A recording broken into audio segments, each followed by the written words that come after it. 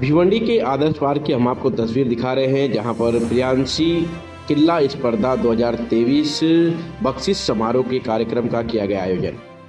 बता दें कि कोमलपाड़ा जैसे इलाकों के कई युवकों ने किला स्पर्धा में बढ़ चढ़कर हिस्सा लिया और छत्रपति शिवाजी महाराज के कई किलों का झांकियों का निर्माण किया, जिसको लेकर आपको बता दें कि पिछले कई वर्षों से प्रियांशी किला स्पर्धा के कार्यक्रम का आयोजन समाज सेवक व एडवोकेट मयूरेश पाटिल के माध्यम से किया जाता है।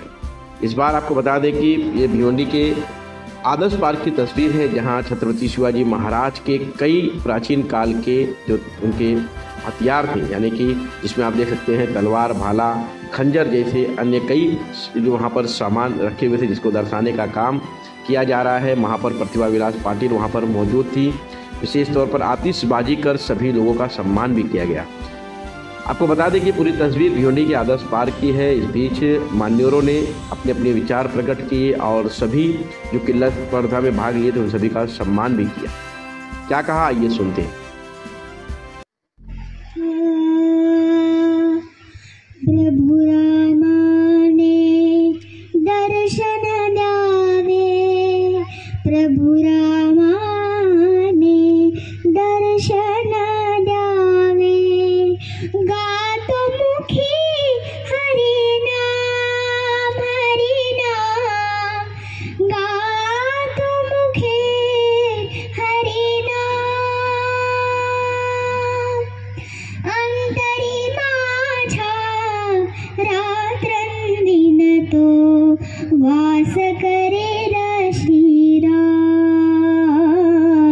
श्रीराम श्रीराम श्रीराम, प्रभो श्रीराम श्रीराम श्रीराम श्रीराम, प्रभो श्रीराम। कडुनी कराद्वय मारुती देना, असा दिसो मज राम राम, असा दिसो मज राम, अंतरी माझा रात्रंदिन तो वास करेल श्रीराम श्रीराम श्रीराम श्रीराम, प्रभु घेऊन त्याचा अभ्यास करायचा। पण या 2 दिवसाच्या परीक्षणामध्ये तब्बल 42 किल्ले पाहिले असं म्हणता येईल, कारण की तीच ऐतिहासिक माहिती कानावर पडत होती आणि आमचीच उजळणी होत होती असं म्हणायला हरकत नाही। अतिशय सर्वांनीच किल्ले बांधणी अतिशय उत्कृष्ट असे किल्ले बांधलेत आणि या स्पर्धेचा मलाही एक भाग होता आला। त्यामुळे प्रियांशी किल्ले स्पर्धांचे आयोजक आणि मयुरेशदादा मॅडम असतील यांचा मनापासून आभार व्यक्त करतो। कोणालाही राग मानून घ्यायचं नाही, कारण ही स्पर्धा आहे।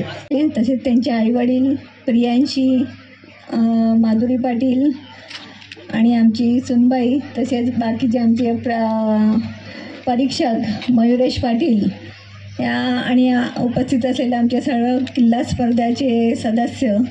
आज या ठिकाणी प्रियांशी किल्ला स्पर्धाला 10 वर्ष पूर्ण झालं आणि हे यश हे केवळ तुमच्या सर्व किल्ला बनवणाऱ्या पोरांचं आहे आणि हे तुम्ही खरोखर आज आपण भिवंडी शहराच्या आपल्या या गोकुळनगर, कोंबरपाडा या सगळ्या परिसराला आज आपण खूप चांगलं नाव दिलं आणि आज जसं सांगितलं 42 किल्ले आपण बनवलेले आहेत।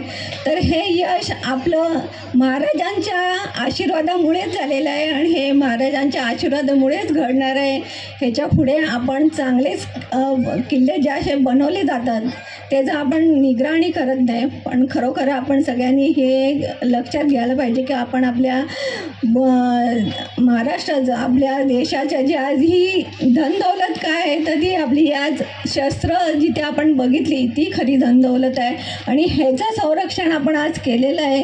त्यासाठी मी आपल्याला जिथे शस्त्राचे जे दाखवलं आणि त्यांनी ते आम्हाला माहिती दिली त्यांचंही खूप आभार मानते. आणि आपण सर्वांनी या ठिकाणी एक आवर्जून हा कार्यक्रम राबवला त्यासाठी मी मयुरेश आणि त्याच्या टीमला खूप खूप धन्यवाद देते.